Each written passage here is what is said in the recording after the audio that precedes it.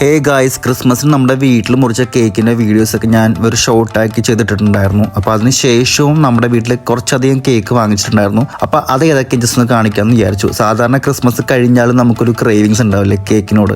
അപ്പോൾ അങ്ങനെ ഒരു ക്രേവിങ്സ് വന്നപ്പോൾ വാങ്ങിച്ച കുറച്ച് കേക്കുകളാണ്. ആദ്യം ഒരു ക്യാരറ്റ് കേക്കാണ്. ഇത് ഞാൻ വാങ്ങിച്ചത് പുതിയകാവിലുള്ള വിജയ ബേക്കറിയിൽ നിന്നാണ്. ഇത് അവരുടെ തന്നെ ഓൺ പ്രൊഡക്റ്റ് ആണ്. ഇത് ക്യാരറ്റ് കേക്കാണ് ആക്ച്വലി. പക്ഷേ ക്യാരറ്റ് കേക്കിൻ്റെ യാതൊരുവിധ ക്വാളിറ്റിയും ടേസ്റ്റും ഇതിലുണ്ടായിരുന്നില്ല ഗൈസ്. വൻ ശോകമായിരുന്നു. നെക്സ്റ്റ് നമ്മൾ വാങ്ങിച്ചത് കേക്ക് ഹട്ടിൻ്റെ. ഞാനിത് വാങ്ങിച്ചത് എളമക്കരയിലുള്ള കേക്ക് ഹട്ടിൽ നിന്നാണ്. അവരുടെ തന്നെ ക്യാരറ്റ് കേക്കാണ്.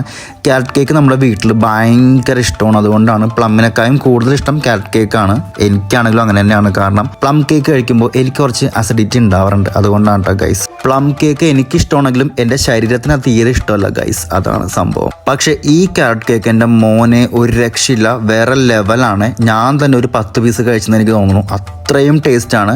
ലാസ്റ്റ് ആൻഡ് ഫൈനലിൽ ഞാൻ തലയോലപ്പറമ്പുള്ള ഒരു ബേക്കറിൽ നിന്ന് വാങ്ങിച്ചാണ്. ബേക്കറി അല്ല, ഒരു കേക്ക് ഷോപ്പാണ്. ഇത് ഞാൻ ആദ്യമായിട്ട് കഴിക്കുന്നത് കേട്ടോ. എൻ്റെ ലൈഫിൽ ഞാൻ ആദ്യമായിട്ട് കഴിക്കുന്ന ഒരു കേക്കാണ്. ഇതാണ് കോഫി കേക്ക്. സംഭവം പേര് പോലെ തന്നെ കോഫിയുടെ ഫ്ലേവർ മുന്നിൽ നിൽക്കുന്ന ഒരു കേക്കാണ്. ഒരു രക്ഷയില്ല, അടിപൊളി കേക്കാണ്. അടിപൊളി ദ ബെസ്റ്റ്. എനിക്കിത് ഭയങ്കര ഇഷ്ടപ്പെട്ടു. ഞാൻ ഇനിയും വാങ്ങിക്കാൻ ചാൻസ് ഉള്ള ഒരു കേക്കാണിത്. അപ്പോൾ ഇത്രയൊക്കെ കേക്കേ മേടിച്ചുള്ളൂ ഗൈസ്. ക്രിസ്മസിന് ശേഷം ആദ്യത്തെ ആ ഒരു വീക്ക് മേടിച്ച കേക്ക് മാത്രമാണ് കേട്ടത്.